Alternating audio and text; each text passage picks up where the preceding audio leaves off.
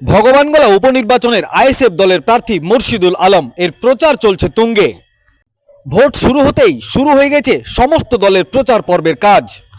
আজকে মুর্শিদাবাদ জেলার ভগবানগোলা উপনির্বাচন কেন্দ্রের নওশাদ সিদ্দিকী ভাইজানের মনোনীত প্রার্থী মুর্শিদুল আলমের প্রচারে ব্যাপক সাড়া দিচ্ছে সাধারণ মানুষ, এমনই দাবি করলেন আইএসএফ কর্মী সমর্থকরা। আজকে রানীতলা থানার অন্তর্গত আখেরিগঞ্জ গ্রাম পঞ্চায়েতের সমস্ত গ্রামে জনসংযোগ কর্মসূচি করলেন।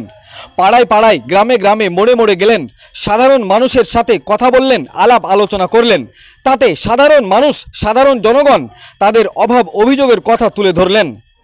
পাশাপাশি তিনি আজকে আখেরিগঞ্জ অঞ্চলের নির্মলচরে পুড়ে যাওয়া বাড়ি মালিকদের সাথেও দেখা করলেন। দেখা করার পর পুড়ে যাওয়া বাড়ি মালিকদেরকে সমস্ত রকম সরকারি সহযোগিতার আশ্বাস দিলেন। উল্লেখ্য, আজকে নির্মলচরে পাতিবোনা এলাকায় 7টি বাড়ি পুড়ে যায়। সেই সমস্ত পুড়ে যাওয়া বাড়ি মালিকদের সঙ্গে দেখা করলেন, কথা বললেন, তাদের কথা শুনলেন এবং সমস্ত রকম সরকারি যা সাহায্য আছে পাইয়ে দেওয়ার তিনি আশ্বাস দিলেন এবং তিনি বললেন, আমি সবসময় আপনাদের পাশে আছি।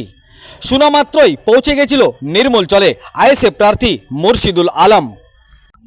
আজকের এই প্রচারে আইএসএফ দলের আখরিগঞ্জ অঞ্চল কমিটির উপস্থিত ছিলেন আজাদ শেখ, আপেল শেখ, রুবেল শেখ, হাবিবুল্লাহ, এছাড়া একাধিক আইএসএফ কর্মী ও সমর্থকরা উপস্থিত ছিলেন। পাশাপাশি আইএসএফ কর্মী সমর্থকরা দাবি করলেন যে আমরা আখেরিগঞ্জ অঞ্চলে বিশাল ভোটে লিড দিতে চলেছি। তিনারা আরও কি বলেছেন বিস্তারিত শোনাবো আপনাদের। এই ভিডিওটি যারা দেখছেন চ্যানেলটি লাইক করবেন, শেয়ার করবেন আর সাবস্ক্রাইব করবেন। আই লাভ মাই ইন্ডিয়া, মেরা ভারত মহান। আখেরিগঞ্জ গ্রাম পঞ্চায়েত পুরো ঘুরলেন, কি বুঝলেন, কেমন সাড়া পাচ্ছেন? যেভাবে প্রত্যেকটা ডোর টু ডোর প্রত্যেকটা জায়গা আমি ঘুরলাম আখেরিগঞ্জ অঞ্চলের প্রত্যেকটা বুথে, তাতে আমার সব থেকে বেশি ব্যথিত যে রাস্তাঘাট এত বেহাল দশা, খুব আমি মর্মাহত। এই রাস্তায় মানুষ চলে কী করে এত কষ্টে? এদিকে পশ্চিমবঙ্গ সরকার বলছে পথশ্রী, আসলে এরা পথশ্রী করছে না ঠ্যাং ভাঙা শ্রী আমি ঠিক বুঝতে পারছি না। পথশ্রী টাইপের টাকা কোটি কোটি টাকা তারা তুলে নিচ্ছে, অথচ রাস্তাঘাট নেই। আরেকটা জিনিস যেটাও আমি উপলব্ধি করলাম সাধারণ মানুষের সঙ্গে কথা বলে, সেটা হচ্ছে যে পানীয় জল আর স্বাস্থ্যকেন্দ্র। আমরা জানি যে সুস্থ স্বাভাবিক থাকার জন্য বিশুদ্ধ জলের দরকার হয় এবং পাশাপাশি একটা সুস্থ থাকার জন্য একটা স্বাস্থ্যকেন্দ্র দরকার হয়। নির্মলচরে গেলাম, সেখানে কোনো উপস্বাস্থ্যকেন্দ্র নেই, স্বাস্থ্যকেন্দ্র তো নেই, উপস্বাস্থ্যকেন্দ্র নেই, পানীয় জলের কোনো ব্যবস্থা নেই।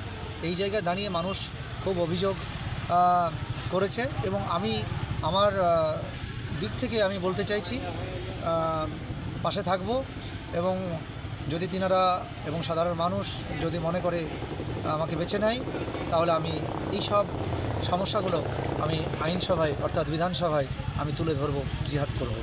তবে মানুষের সাড়া ভালো আছে, মানুষ আশ্বাস দিচ্ছে এবং আমার এটাও বিশ্বাস যে মানুষ সাধারণ মানুষ স্বচ্ছতার পাশে থাকবে এবং সততার পাশে থাকবে, এটা আমি আত্মবিশ্বাসী। আপনার নাম এবং পরিচয়? আমার নাম হচ্ছে মুর্শিদুল আলম, ভগবানগোলা 62 নম্বর বিধানসভার উপনির্বাচনের আইএসএফ প্রার্থী।